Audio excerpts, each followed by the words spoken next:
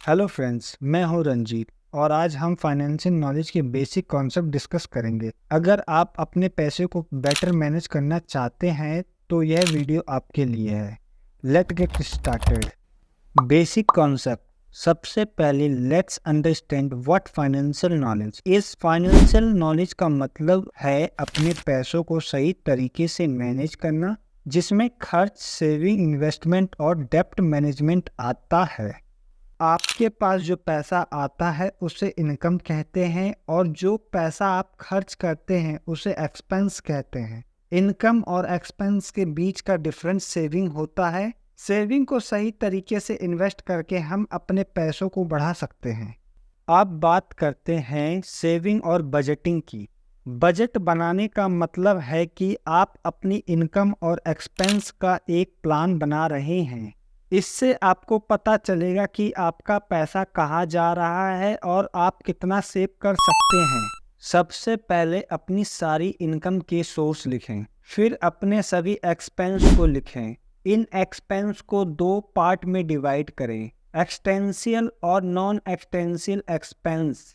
Existential expense वो होते हैं जो जरूरी हैं, जैसे रेंट, फूड और बिल्स।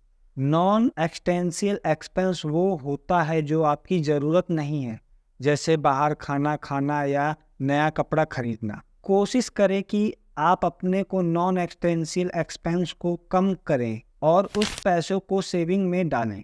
अब समझते हैं इन्वेस्टमेंट के बारे में। इन्वेस्टमेंट का मतलब है अपने पैसों को ऐसी जगह लगाना जहां से आपको फ्यूचर में और पैसा मिले। सबसे कॉमन इन्वेस्टमेंट ऑप्शन है bank, FD, mutual fund, stock और real estate. Bank FD safe होता है लेकिन रिटर्न कम मिलता है। म्यूचुअल फंड में आपका पैसा कई अलग अलग स्टॉक और बॉन्ड में लगता है, इससे रिस्क कम होता है और रिटर्न बेटर मिल सकता है। स्टॉक में इन्वेस्ट करके आप किसी कंपनी का शेयर खरीदते हैं और कंपनी के मुनाफा में हिस्सेदार बनते हैं। रियल एस्टेट में ज़मीन या मकान खरीदकर आप उसे रेंट पर देकर या बेचकर पैसा कमा सकते हैं। इन्वेस्टमेंट करते वक्त हमेशा अपनी रिस्क लेने की कैपेसिटी और इन्वेस्टमेंट के ऑब्जेक्टिव को ध्यान में रखें।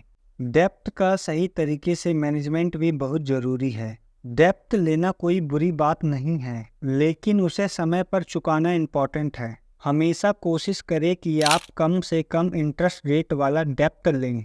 अगर आपके पास कोई उधार है तो सबसे पहले उस उधार को चुकाएं जिसमें इंटरेस्ट रेट सबसे ज़्यादा है। उसके बाद दूसरे उधार को चुकाएं। उधार का बोझ कम करने के लिए आप अपने एक्सपेंस को कम करके और सेविंग को बढ़ाकर डेब्ट जल्दी चुका सकते हैं। क्रेडिट कार्ड का यूज़ सोच समझकर करें। इसे सिर्फ उन चीज़ों के लिए यूज़ करें जो ज़रूरी है और कोशिश करें कि हर महीने का बिल पूरा चुकाएं ताकि इंटरेस्ट ना देना पड़े। सो फ्रेंड, यह थे कुछ बेसिक फाइनेंशियल नॉलेज के कॉन्सेप्ट। अगर आप इन पर ध्यान देंगे तो आपका फाइनेंशियल फ्यूचर सिक्योर रहेगा। याद रखें, हमेशा बजट बनाएं, सेविंग को प्रायोरिटी दें, सोच समझकर इन्वेस्ट करें, उधार को सही तरीके से मैनेज करें। अगर आपको यह वीडियो पसंद आए तो लाइक करें, चैनल को सब्सक्राइब करें और अपने दोस्तों के साथ शेयर करें। मिलते हैं अगले वीडियो में, तब तक के लिए धन्यवाद।